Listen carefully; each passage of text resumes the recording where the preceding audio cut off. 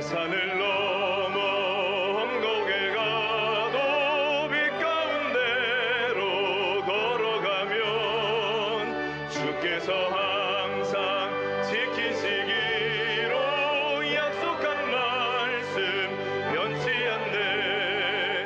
하늘의 영광 하늘의 영광 나의 맘속에 차고도 넘쳐 할렐루야를 힘차게 불러 영원히 주를 찬양하니. 캄캄한 맘에 다닐지라도 주께서 나의 길 되시고 나에게 밝은 빛이 되시니 길 잃어버릴 염려 없네. 하늘의 영광 하늘의 영광 나의 맘속에 차고도 넘쳐 할렐루야를 힘차게 불러 영원히 주를 찬양하리. 광명한 그 빛 마음에 받아 찬란한 천국 바라보고 할렐루야를 힘차게 불러 날마다 빛에 걸어가리. 하늘의 영광 하늘의 영광 나의 맘속에 차고도 넘쳐 할렐루야를 힘차게 불러 영원히 주. 우리 1절을 다시 한번 고백하겠습니다. 대산을 넘어 험곡에 가도 빛 가운데로 걸어가면 주께서 항상 지키시기로 약속한 말씀 변치 않네. 하늘의 영광 하늘의 영광 나의 맘속에 차고도 넘쳐 할렐루야를 힘차게 불러 영원히 주. 하늘의 영광 하늘의 영광 하늘의 영광 하늘의 영광 나의 맘속에 차고도 넘쳐 할렐루야를 힘차게 불러 영원히 주. 다시 한번 고백합니다. 하늘의 영광 하늘의 영광 하늘의 영광 나의 맘속에 차고도 넘쳐. 자, 오늘은 마가복음 마지막 책거리 하는 날입니다. 마가복음을 길게 했는데 오늘로 해서는 몇 회째인가 하면 89회째입니다. 시작을 언제 했느냐 하면 너무 오래돼서 잘 기억이 안 날 텐데요. 저도 기억이 안 나요. 언제 시작했는가. 확인해 보니까 2020년 1월 19일 주일에 시작을 했습니다. 마가복음을. 그러니까 이게 뭐냐면 코로나 팬데믹이 시작하기 직전에 이 마가복음을 시작했어요. 그리고 이제 거의 끝나는 지점에 이제 마가복음을 마감하게 되었습니다. 마가복음은 이 사복음서에서도 가장 짧은 책이죠. 사복음서에서 가장 짧은 16장으로 되어 있는데 아주 이 기자가 레포트를 하듯이 굉장히 순발력 있게 굉장히 이 다이나믹한 책이 이 마가복음입니다. 짧아서 선택했는데 89회를 하게 되었습니다. 오늘 이제 마지막인데 끝부분을 우리가 좀 보는데요. 사실은 이 복음서의 마지막 마가복음의 마지막 이 엔딩 부분이 뭔가 좀 씁쓸한 부분이 좀 많아요.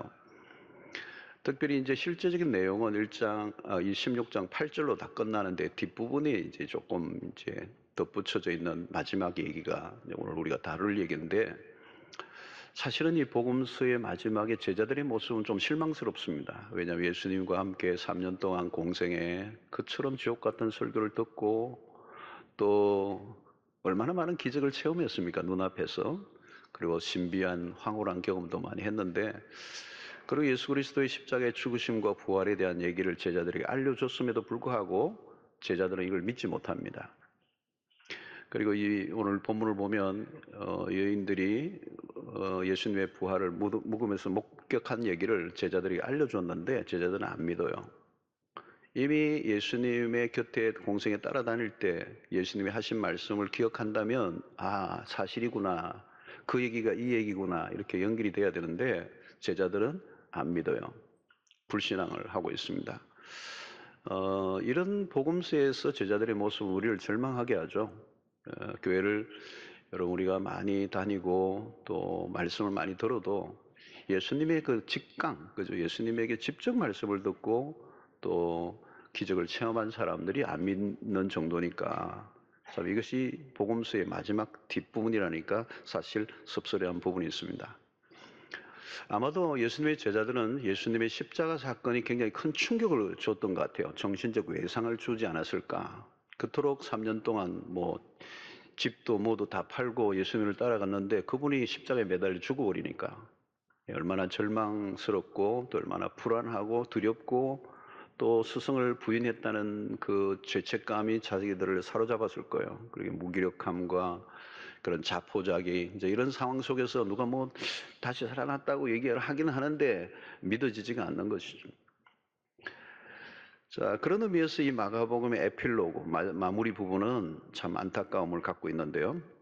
오늘 역시 이제 13절에 보니까 두 사람이 가서 남은 제자들에게 알렸으되 뭘 알렸습니까? 부활의 예수를 알렸어요. 근데 역시 믿지 아니하더라는 거죠. 부활의 목격자들이 전해준 진술을 듣고도 안 믿는 겁니다. 지금 방금 만나고 왔다는데. 그리고 14절에 예수님이 직접 제자들에게 나타나십니다. 부활하신 예수님이. 그래서 그 후에 11 제자가 음식 먹을 때 예수께서 그들에게 나타나사 그들의 믿음 없음과 마음이 완악한 것을 꾸짖으시니 이는 자기가 살아난 것을 본 자들의 말을 믿지 아니함이로라. 여기서 예수님이 그 제자들의 믿음 없음을 책망하십니다. 그리고 책망하실 뿐만 아니라 그들의 완악함을 꾸짖으셨다. 완악함을 꾸짖었다. 그래서 여러분 이게 믿지 않는다는 말보다 이 완악함이라는 표현은 좀 더 강도가 높은 것입니다. 이 완악함이란 뭐냐면 아주 강팍한 상태예요. 그게 무슨 말을 해도 안 받아들이려고 하는 태도, 모든 증거를 다 갖다 대도 안 믿으려고 작정을 하고 있는 상태의 마음을 완악함이라고 표현하는 것입니다. 사실 믿을 수밖에 없는 증거들이 많은데 그걸 거부하고 있는 것입니다. 안 믿기로 결단한 사람. 사실은 안 믿기로 결단하고 있는 사람에게 참 뭐 얘기하기 어려워요. 전도하기 참 어렵습니다.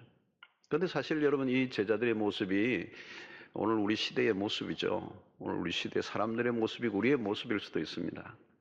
오늘 우리 시대에 불신이 얼마나 강합니까? 무신론자들이 적극적으로 요즘 활동을 하고 있어요. 옛날에는 무신론이 그냥 있었습니다. 무신론자들이 많았어요. 내 주먹을 믿어라, 뭐 어쩌라 다 많았는데 요즘은 학자들이 이 무신론자의 학자들이 무신론의 이 이론과 무신론의 어쩌면 무신론도 신이 안 계신다, 없다는 것을 믿는 믿음이니까 그것도 신앙이거든요. 그 신앙의 체계를 무신론의 신앙의 체계를 학문적으로 정립을 해서 그것을 퍼뜨리는 뭐 그런 베스트셀러도 요즘 많이 나오고 있습니다. 그것이 대중문화 안에도 들어가 있고 뭐 모든 학문에도 영향을 끼치는 것이죠. 자, 여러분 무신론자들은 이 믿음의 대상이 없다는 거 아니겠습니까? 여러분 믿음이라고 하는 것은 대상이 분명하고 그 대상을 붙잡는 것인데 무신론자는 대상이 없다는 것입니다. 이렇게 잘못된 안경을 끼고 있으면 제대로 볼 수 있는 것이 없는 것입니다.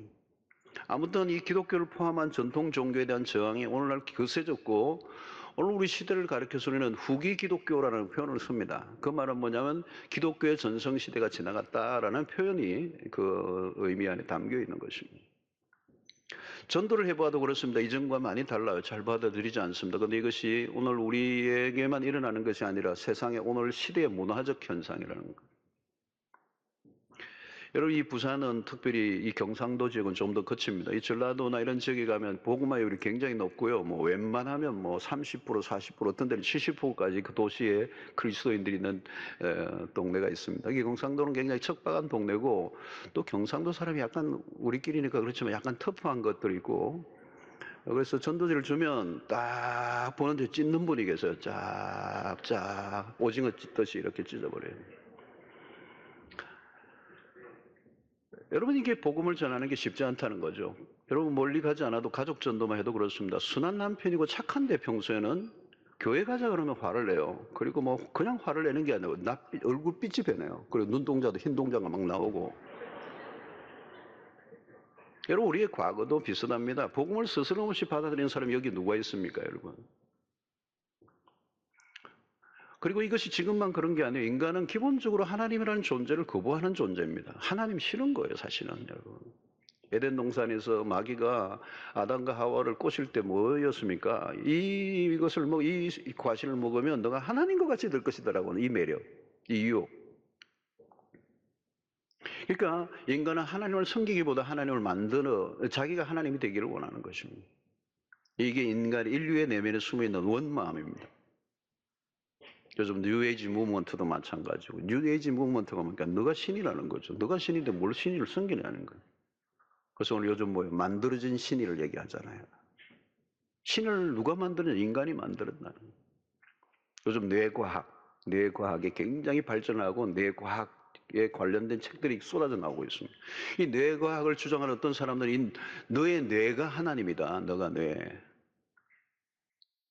자, 이런 것들이 전도를 하면 누구나 거부하고 저항하고 핍박하는 것을 우리는 자연스럽게 경험하고 있습니다. 복음에 대한 알러지 반응. 이거의 완악함이라는 표현을 쓰는 겁니다, 지금.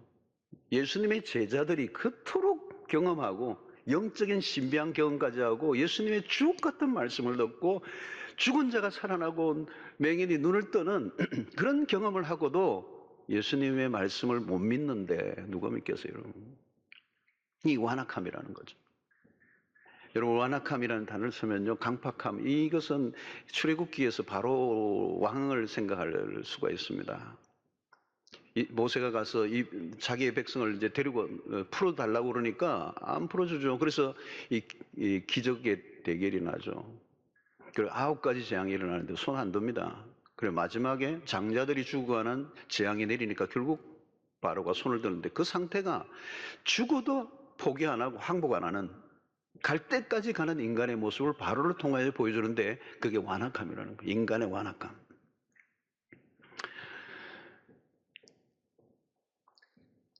사람들은 쉽게 항복하지 않고 버틸 때까지 버티는 것입니다. 사람들은 하나님의 존재를 과학적으로 증명하라고 얘기합니다. 믿고 싶지 않다는 얘기입니다. 사실은 이런 예수님의 부활 사건은 예수님은 죽은 자가 다시 살아나신 분이고 빈 무덤입니다. 그게 사실이거든요. 이 과학은 사실을 증명하는 학문이라고 그러는데 사실이 일어난데 그 사실을 부정하는 것, 이 비과학적이라는 것이죠. 여러분, 복음을 우리가 전하는 것이 이렇게 쉽지 않습니다. 믿지 않는 거죠. 불신으로 가득하고 적대적인 환경이 가득하고 어떻게 보면 전도하는 게 불가능하고 예수를 믿는다는 것이 사실은 우리의 현실에서는 쉽게 일어날 수 없는 일처럼 보입니다. 그런데 한 가지 질문이 생기는데 그게 뭐냐면 복음에 대해서 이렇게 격렬하고 사람들이 거부하고 저항하는 세상 가운데서 어떻게 복음이 오늘 우리에게까지 확장되어 왔을까 하는 것입니다. 2000년 기독교 역사 속에 환난과 핍박과 시련이 얼마나 많았습니까? 교회 역사는 순교의 역사라고 얘기하고 복음을 전하다가 숱한 사람들이 죽어가는 그 역사를 볼 때 도무지 이 복음이 옆으로 전파되기 어려울 것 같은데 어떻게 그럼에도 불구하고 기독교는 확장을 거듭해 왔을까?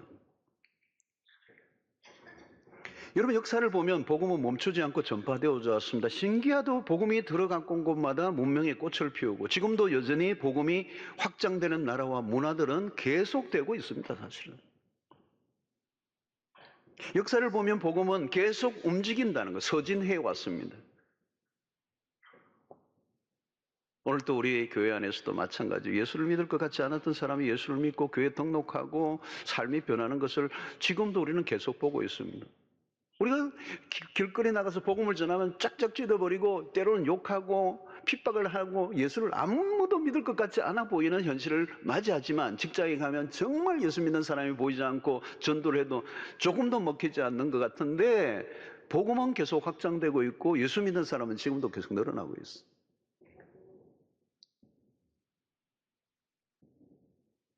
복음 전가의 현장에 가면 우리가 상상할 수 없는 일들이 일어나기, 희한한 일들이 일어나는 것입니다.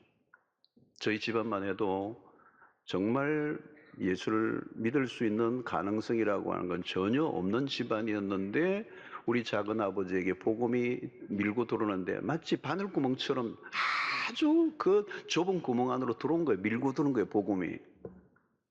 그러면서 뭐 저희 아버지하고 뭐 대판 싸우시고 그냥 우리 작은 아버지가 두들겨 맞으시고 전쟁이 벌어지고 미친 짓이라고 그러고 너 죽으려고 그러냐 그러고 그런데 이 복음이 밀고 들어오는 거예요, 우리 집안으로. 그러니까 밀고 들어오고 세월이 흐르니까 다 예수 믿게 되는 거예요. 그 절지바이가 여기서 설교하고 있다는 게 희귀한 거죠. 여러분, 믿음을 가진다는 것은 우리가 하는 일이 아닙니다. 성령이 하시는 일입니다. 정확한 표현을 쓰면 내가 믿는다, 내가라는 주어를 쓰는데요. 내가가 아니에요. 하나님이 나로 믿게 하신다는 거예요. 겉으로는 내가 믿는 거지만 실제로는 하나님의 설득이 먼저 있었던 거죠. 어떤 사람이 전도를 했던 또 한 사람이 전도했다는 말은 그 사람이 누가 전도해서 나온 게 아니에요. 수 없는 과정과 사건과 환경과 사람들을 통하여 다양한 형태로 그 사람을 설득하시는 하나님의 손길이 있었어요.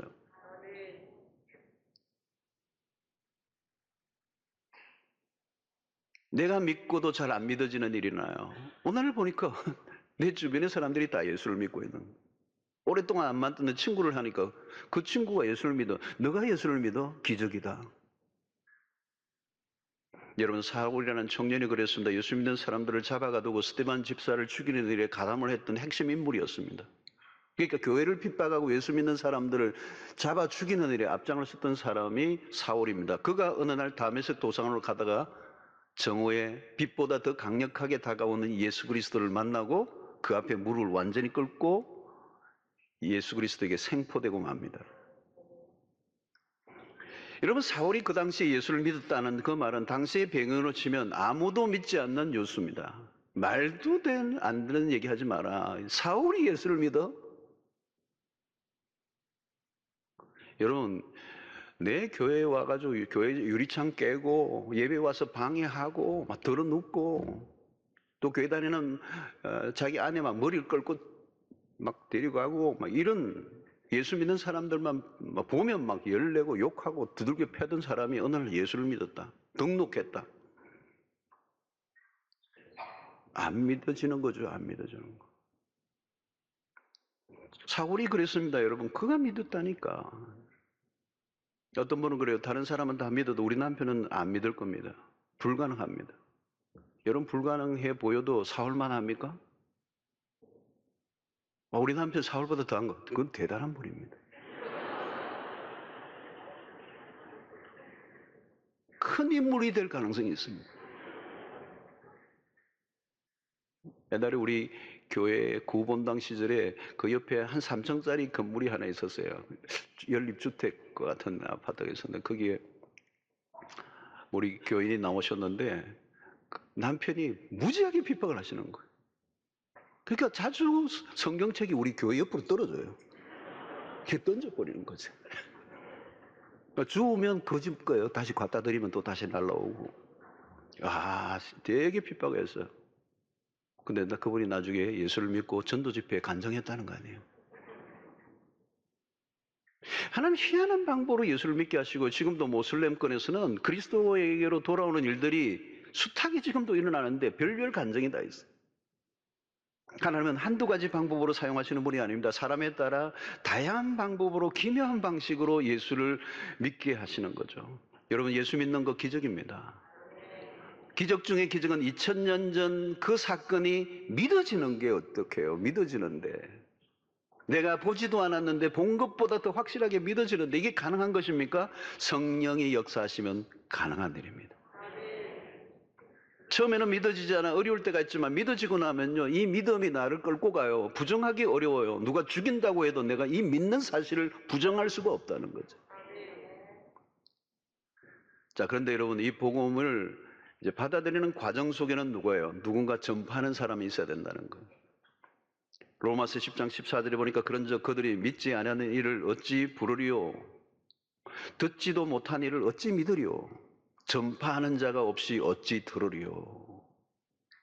중요한 것은 누군가 복음을 전해야 한다는 거죠. 전도의 테크닉이 좋아서 혹은 말을 잘해서 믿는 게 아닙니다. 상관없어요. 중요한 것은 하나님이 믿게 하시는데 누군가 전파함으로 그 방식을 통하여 전도의 방식으로 예수를 믿게 하시는 게 일반적인 방식입니다. 그래서 어떤 사람은 빨리 항복하는 사람이 있고 어떤 사람은 고집이 세워서 버티다가 나중에 손드는 사람이 있고, 그래서 예수의 부활 사건은 하나님의 나라 확장으로 가속화됩니다. 그래서 제자들에게 대사명이 주어지죠. 그래서 오늘 15절에 보니까 또 이르시되 너희는 온 천하에 다니며 만민에게 복음을 전파하라. 갈릴리를 벗어나지 못했던 제자들에게 주님이 하신 말씀은 놀라워요. 온 천하에 다니며 만민에게, all nations. 그러면 여러분, 이것은, 이 말씀은, 복음을 전파하라는 얘기는 복음서 곳곳에서 반복되는 얘기입니다. 예수 그리스도의 십자가 부활을 목격한 사람들은 그냥 지나칠 수 없고 내가 본 것을 말하는 증인의 사명을 감당하라. 여러분, 이것은 너무 어렵게 생각할 필요가 없습니다. 내가 본 것을 말하면 되는 거예요. 내가 뭐 저 사람을 믿게 할 거다 예를 쓸 필요가 없고, 내가 믿게 할 수 있는 능력도 없고, 그저 내가 본 것을, 내가 아는 것을 전하면 되는 거예요. 내가 본 것을 말하기만 하는 거예요. 은혜를 받은 대로 전하면 되는 것입니다. 그때 어떤 일이 나요? 16절에 믿고 세례를 받는 사람은 믿는 사람이 나온다. 그러면 세례를 받고 그 사람은 구원을 얻을 것이고 믿지 않는 사람은 정죄를 받으리라, 심판을 받으리라. 여러분, 우리가 복음을 전하면 두 부류로 나누어집니다. 복음을 받아들이는 사람이 있는가 하면 거절하는 사람이 나옵니다. 모두가 다 받아들이는 게 아니에요. 모두가 다 거절하는 것도 아니라는 거예요. 복음을 거절하는 사람이 있다고 위축되거나 멈추지 말라. 전하기만 하라. 세상 끝날까지. 여러분, 어떤 사람은 지금은 안 믿다고 하지만 언젠가는 믿을 사람들이 있습니다. 제자들도 마찬가지. 예수님의 부활을 안 믿었잖아요. 근데 나중에는 그 부활의 증인이 되고 그 부활을 위해서 자기 생명을 바칩니다. 일단 믿음이 생기기 전에는 모르지만 믿음이 내 안에 생기고 나면 그 믿음이 나를 움직이는 것입니다. 일단 믿음이 생겨나면 그 믿음이 나를 역사하는 거예요. 그 믿음을 내가 마음대로 어떻게 할 수가 없어요. 마치 글을 깨친 사람이 글을 무시할 수가 없잖아요. 이미 깨쳐버렸으니까 그 글을 내가 부정을 할 수 없는 거잖아요. 여러분, 이 믿음은 우리의 삶의 방식을 바꾸고 생각을 바꾸고 가치 체계를 바꿔 놓습니다. 그 믿음은 우리를 행동하게 만듭니다. 그 믿음이 우리를 어디론가 인도해요. 여러분, 창세기 22장에 아브라함이 그 독자 이삭 100세에 난 아들을 모리아에 바치는 이 놀라운 사건이 일어나는데 우리는 거기에서 아브라함의 믿음을 경탄하는데 사실은 아브라함 믿음이 아닙니다. 하나님이 얼마나 놀라우신 분이기에 아브라함이 자기 아들을 모리아에 바칩니까? 그는 하나님이 누구인가를 알았기 때문에, 그분을 믿었기 때문에 자기 아들을 내어놓을 수 있었던 것이죠. 여러분, 하나님에게 항복하는 게 믿음입니다. 하나님을 하나님으로 인정하는 게 믿음입니다. 그 다음부터는 우리가 할 일은 정해져 있어. 길을 쓰고 그 하나님을 알리고 싶어진다는 거죠. 여러분, 예수의 부활을 믿는 순간 미션이 있습니다. 그래서 신약의 교회는 부활의 공동체고 고예수의 부활이 확실하다면 우리가 어찌 전하지 않을 수가 있겠는가. 그것이 고린도전서 15장 부활장에서 얘기하는 것입니다. 그래서 고린도전서 15장 14절 한 절을 보면 그리스도께서 만일 다시 살아나지 못하셨으면 우리가 전파하는 것도 헛것이요 또 너희 믿음도 헛것이며. 무슨 얘기입니까? 예수가 다시 살아나셨기 때문에 우리가 전파하는 일은 결코 헛된 일이 아니다. 복음 전하는 거 결코 헛된 게 아니다. 가장 의미 있는 일이다. 여러분, 왜 복음을 우리가 전해야 합니까? 여러분, 어떤 분은 가끔 이제 봄에 이제 전도 집회 뭐 얘기하니까 오늘 또 우리 전도하는 얘기 나오니까 어떤 분은 교회도 큰데 또 더 모으려고 그런다. 얼마나 모으려고 그러느냐. 주차장도 좁은데.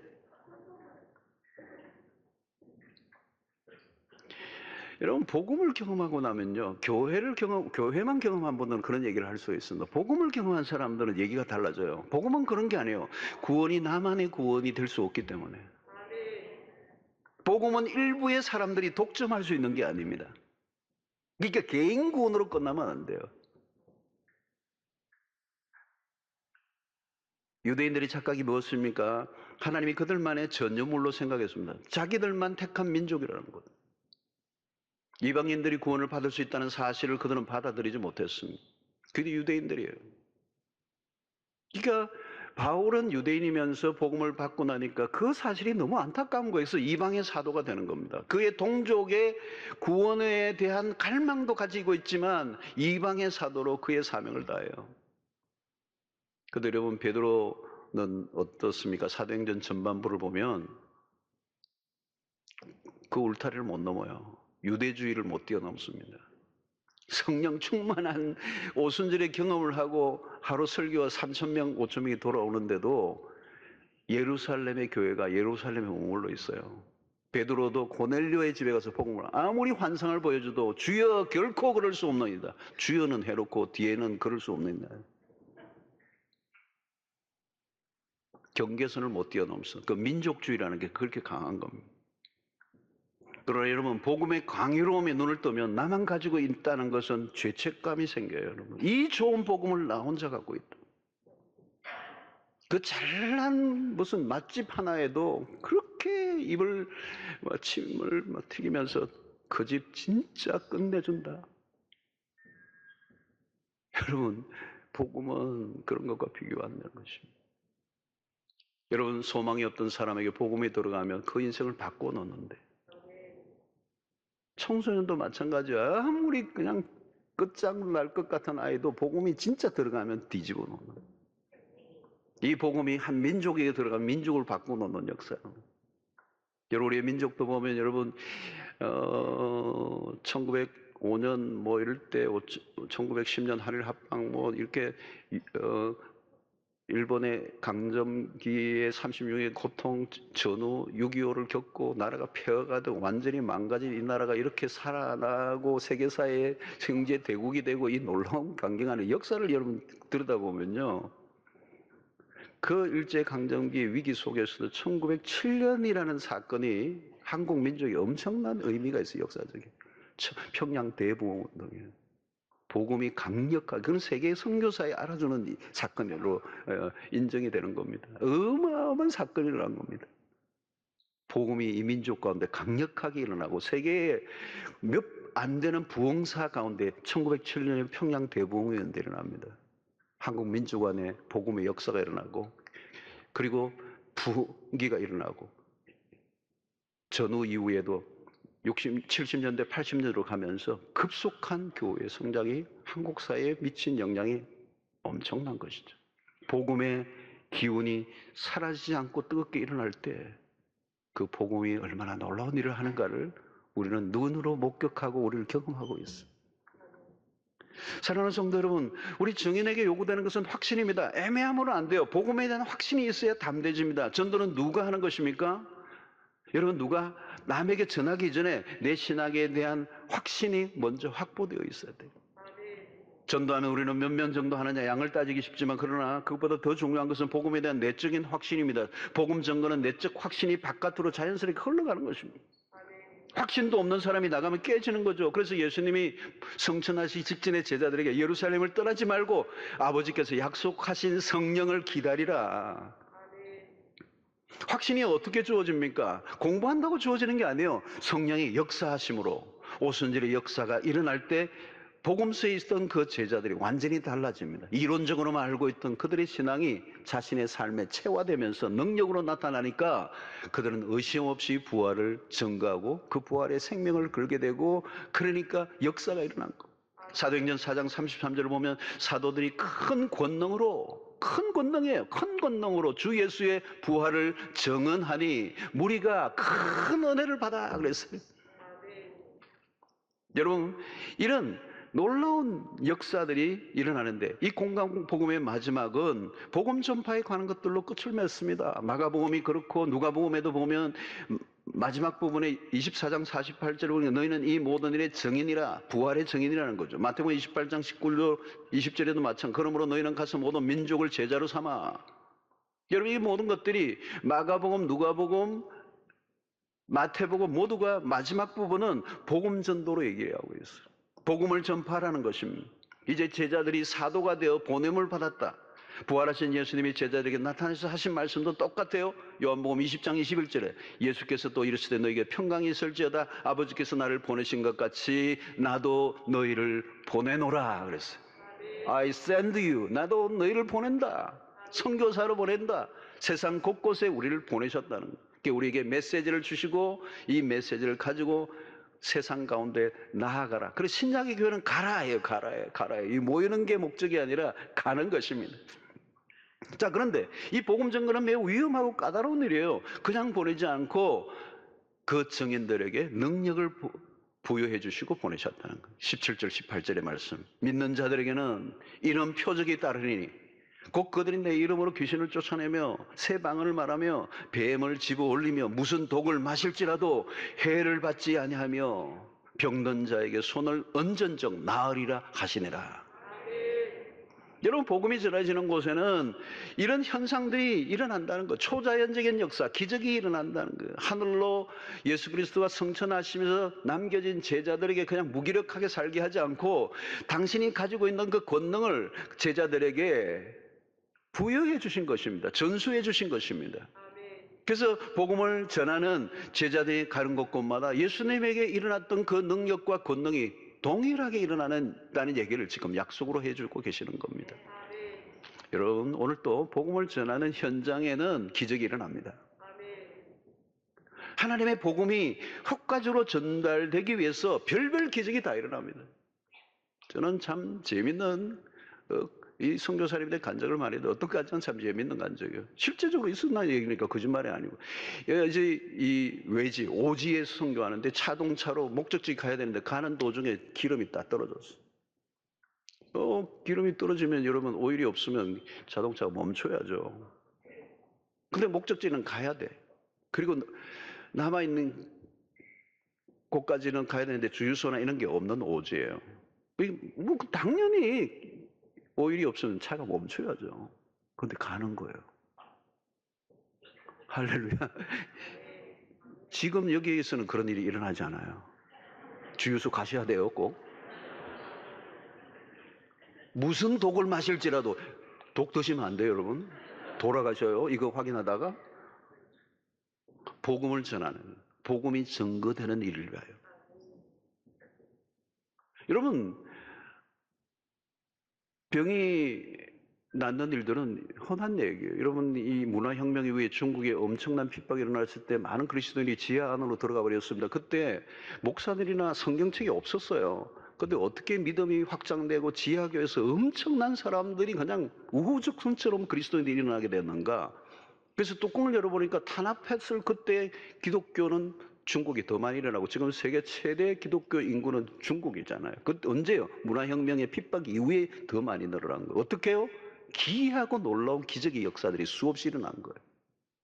그래서 그들의 전언에 의하면 그들의 감정들 속에는 뭐가 있어요?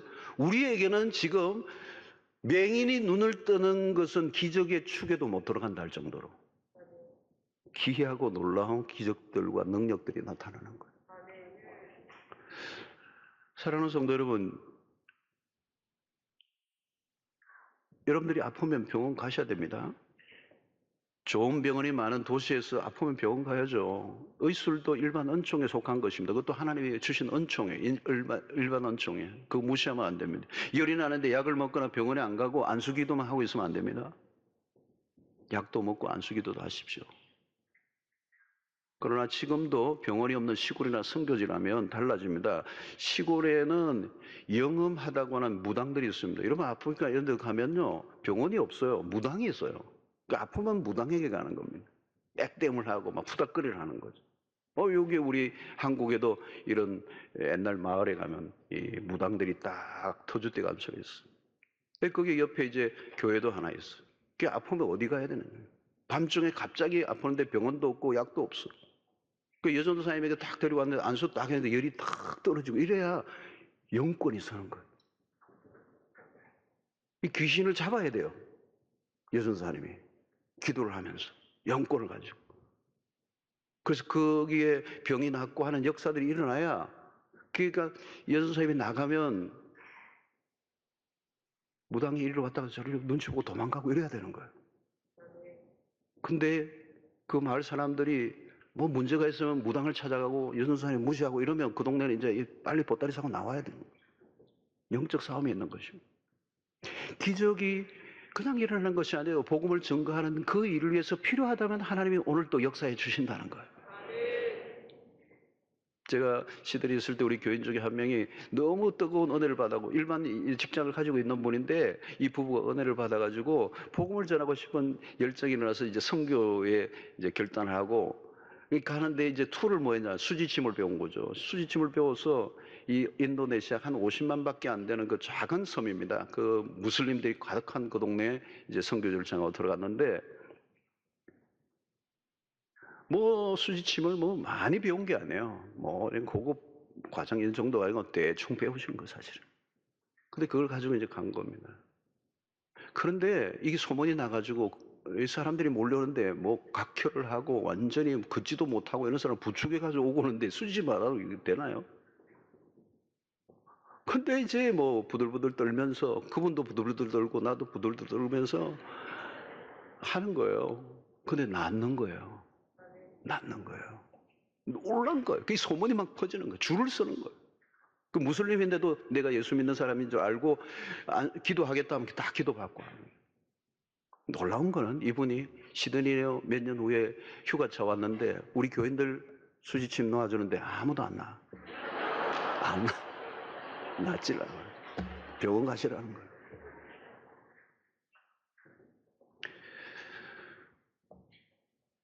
능력이 왜 필요한가? 폼 잡기 위해서가 아니에요. 이유는 딱 하나예요. 구원의 역사를 위해서. 목사, 전도사 타이틀이 아니에요. 중요한 것은 하나님이 누구이신가를 드러내시는 거예요. 복음을 위해서. 시도 때도 없이 기적이 일어나면 어떻게 되겠습니까? 능력이 나타나 귀신을 막 몰아내는 사역자들이 나중에 변질되는 이유가 많은데 그게 계속 능력이 나타나다 보니까 자기 건 줄 알아요. 하나님이 주신 거거든요. 목적을 위하여. 여러분 능력은 필요하면 하나님이 주시는 겁니다. 중요한 것은 하나님의 주권을 따라 필요하면 주시고 필요하지 않으면 거두어 가시는 거예요. 주시고 안 주시고는 하나님의 편에 달려있습니다. 우리에게 필요하면 하나님이 얼마나든지 주시고 그 도구들을 통하여 하나님의 복음이 땅끝까지 증거되게 하시는 겁니다. 여러분 이것은 은사뿐만 아닙니다. 어떤 것도 마찬가지예요. 우리에게 주어진 것들이 능력이나 때로는 어떤 재능이나 우리에게 주어진 재산이나 우리가 가지고 있는 지위와 권세들을 다 여러분 그것은 목적이 있는 거예요. 하나님이 필요해서 주신데 그 목적이 어디예요? 하나님의 복음을 증거하는 일을 위하여. 특별히 이 기적이 일어나는 것은 어떤 곳인가? 불신으로 가득한 곳에 기적이 필요한 것입니다. 복음을 그냥 잘 받아들이면 기적이 필요하지 않습니다. 어떤 분은 아주 다양한 경험을 하고야 예수를 믿으신 분이 계세요. 조금 세다는 뜻입니다. 웬만해서는 안 믿으니까 하나님이 특별한 것을 보여주신 것입니다. 기적이 늘 나타나야 할 이유가 없어요. 너무 완악하니까 기적이 동원될 뿐입니다. 여러분 말씀을 듣고 말씀을 믿는 사람이 복이 있어요. 가장 좋은 것입니다. 여러분 말씀을 듣고 말씀을 믿고 구원받는 거예요. 하나님 난 말씀으로 잘 안 됩니다. 그거 큰일 납니다. 여러분 애들도 마찬가지예요. 말로 할 때 알아듣는 아이가 좋은 아이예요. 꼭 말로 안 되는 애가 있어. 그럼 특별한 경험을 하게 할 수밖에 없어.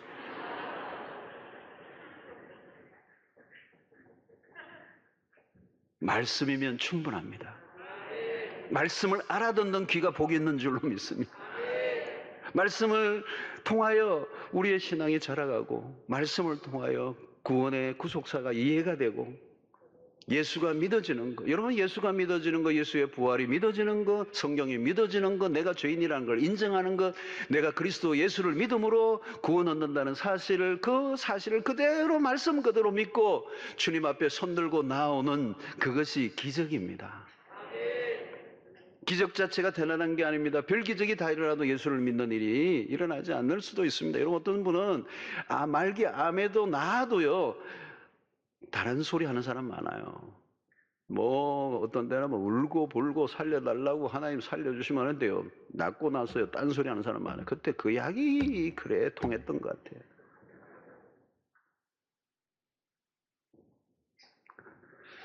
사랑하는 성도 여러분, 중요한 것은 뭐냐면 그리스도의 십자가 죽으심과 부활을 통하여 우리에게 구원을 위하여 충분한 증거를 우리에게 주신 것입니다. 더 이상 필요한 게 아니에요. 더 다른 기적이 필요하지 않아. 그래서 마태복음 16장 4절에 보니까 악하고 음란한 세대가 표적을 구하나 자꾸 기적을 보여달라는 거예요. 그게 악하고 음란한 세대의 특징이에요. 요나의 표적밖에는 보여줄 표적이 없느니라 하시고 그들을 떠나신다. 이 요나의 표적이 뭔지 아세요? 예수 그리스도의 십자가와 부활 사건을 얘기하는 거예요. 죽었다가 사흘 만에 다시 살아나신 그리스도의 십자가 사건, 이것보다 더 큰 표적은 없다. 여러분, 예수의 십자가가 믿어지는 게 기적입니다. 우리의 삶에 대한 기준은 오직 하나예요. 그리스도의 십자가 부활을 믿고 그 믿는 사실을 전하는 삶을 사는 것입니다. 오늘 나에게 주어진 것들은 다 그 일을 위하여 우리에게 필요한 것들이고 우리의 존재를 과시하기 위해서 어떤 능력이나 어떤 것들이 주어진 게 아니에요. 오직 그리스도를 드러내기 위해요. 우리를 부르시고 우리에게 능력과 권세를 허락해 주신 줄로 믿습니다. 자, 오늘 19절에 보니까 주 예수께서 말씀을 마치신 후에 하늘로 올려지사 하나님 우편에 앉으시니라. 우리 복음서의 마지막 라스트 신이에요. 말씀을 마치신 다음에 하늘로 올리시는, 성천하시고 부활하신 분이 성천하시고 이제 어떻게 하나님의 우편에 앉아 계신다. 마지막 명장면이죠. 하늘이 열리고 그리스도께서 성천하십니다. 그리고 보좌의 우편에 앉으신 통치자로서의 그리스도, 그분은 다시 오실 그리스도요. 다시 오실 때 그분은 심판주로 오실 것입니다. 다시 오실 때는 구원자가 아니에요. 심판주로 오시는 겁니다. 그때 모든 역사는 판가름 날 것이고 그 날은 반드시 오게 될 것입니다. 이제 마지막 제자들의 모습이 달라졌죠. 20절에 제자들이 나가 두루 전파할세 주께서 함께 역사하사 그 따르는 표적으로 말씀을 확실히 증언하시니라. 자, 마가복음의 끝은 오픈입니다. 오픈이라는 말은 이 마가복음의 이야기는 끝나지 않았다. 이 이야기는 계속 쓰여져야 한다. 새로운 시작. 그러므로 복음서는 끝나지 않고 복음서에 이어 뭐가 이어지죠? 사도행전이 이어집니다. 물론 누가복음이 기록한 누가복음이 제2편이 사도의 행전이죠. 복음서로 끝나면 안 돼요. 복음서에서 사도행전으로 넘어가야 돼요. 그리고 사도들이 그 믿음의 그 증거를 가지고 삶 속에서 살아내는 이야기, 그게 사도행전. 그리고 사도행전은 28장으로 끝나지만 28장으로 끝나지 않고 사도행전은 29장을 써야 합니다. 그 29장은 우리 모두에게 주어진 지상의 명령인 줄로 믿습니다. 주님 다시는 오시는 그날까지 우리가 그 이야기, 사도 행전의 이야기, 오늘 신자들의 행전을 써가야 하는 것이죠. 사랑하는 성도 여러분, 아직도 불신앙에 매여 있는 분들이 계십니까? 십자가 부활 사건의 언저리에서 아직도 머물고 계시는 분이 계십니까? 오순절에 성령이 임하신 것처럼 오늘 여러분들 가운데 성령이 임하셔서 부활의 증인으로 우뚝 세워주고 이제 복음서를 넘어 사도행전으로 넘어가 하나님의 놀라운 이 구원의 역사, 사도행전 1장 8절의 말씀처럼 오직 성령이 너희에게 임하시면 너희가 권능을 받고 예루살렘과 온 유대와 사마리아와 땅끝까지 이르러 내 증인이 되리라고 하는 이 말씀, 이 복음의 원심력, 이 말씀대로 역사가 이루어져 갈 것입니다. 지금도 그렇게 진행되어 왔습니다. 이 말씀이 성취될 날이 올 것입니다. 그리고 이 일에 여러분들 모두가 쓰임받게 되기를 축원합니다.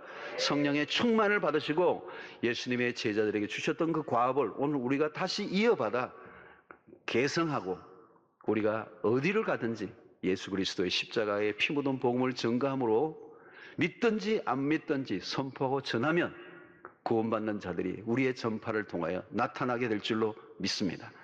우리는 이 마가복음을 처음 이 코로나 팬데믹이 시작되기 직전에 시작했던 이 마가복음을 이제 엔데믹 시대로 가는 이때 이제 다시 한번 이 마가복음을 마감하면서 역사적인 의미가 있는 시간이라고 생각해요. 다시 한번 우리 모두가 그동안 코로나 기간 내에 하지 못했던 전도, 선교 다시 한번 박차를 가하고 이번 여름부터 또 다시 시작하는 여러분들이 되기를 바라고 하나님께서 선한 열매를 맺어 주실 줄로 믿습니다. 기도하겠습니다. 하나님 아버지, 오늘도 우리에게 주신 말씀을 통하여 우리가 다시 한번 결단하기를 원합니다. 복음의 증인으로 세워지기를 원합니다. 수없는 박해와 반대가 있음에도 불구하고 복음은 끊임없이 우리에게 증거되는 것처럼, 오늘 우리에게까지 복음이 찾아왔던 것처럼 오늘 우리를 통해서도 이 복음이 땅끝까지 증거되는 일에 쓰임받는 우리 모두가 되게 하여 주시옵소서. 예수님의 이름으로 기도하옵나이다. 아멘.